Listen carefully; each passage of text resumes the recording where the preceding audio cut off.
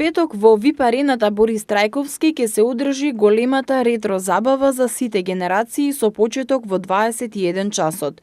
Оваа забава ја организира познатиот скопски менаџер Милорад Цајич Цајо, кој како што изјави за Прва Скопска, забавата е за сите генерации кои пораснаа, а се чувствуваат млади.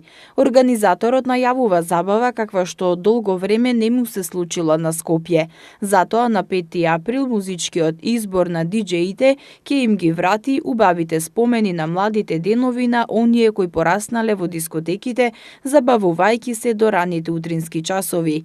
Цајо додаде дека за забавата има голем интерес, а VIP-арената очекува да биде полна со граѓани од повеќе генерации. Ова голема ретро забава е уствари она по голем јубилеј за Скопје и за Македонија. 69-та година, 1969-та, е првото диско, тоа е техно метал. Оваа година се прави 50 години од дискотеките во Македонија, 2019. Поводот беше за оние генерации кои седат дома, а се чувствуваат млади, да излезат малце повеќе да покажат дружба и да се врати на смевката на луѓето, бидејќи мислам дека со нивните обврски ја изгубивме и на смевката, да се вратат на едно убаво време, на едни убави моменти од 70-тите, 80-тите и 90-тите години од минатиот век во музичкиот дел, каде што остави голем печаток музиката од тој период. И тоа беше поводот да се направи оваа ретро забава Forever Young. Ќе биде 5 април, петок навечер со почеток од 21 часот во VIP-арена Борис Трајковски. И ќе продефилираат одлични ретро диџеи од времето, како што е диџеј Вера Јанковиќ, диџеј Цена, диџеј Струја, диџеј Ерик Фокс, Зоки Антена 5.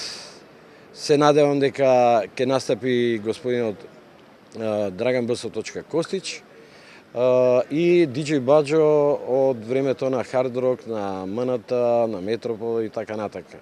Ова ќе биде збогатено, значи, со доста некои моменти кои ќе ги оставиме малце да бидат во тајност.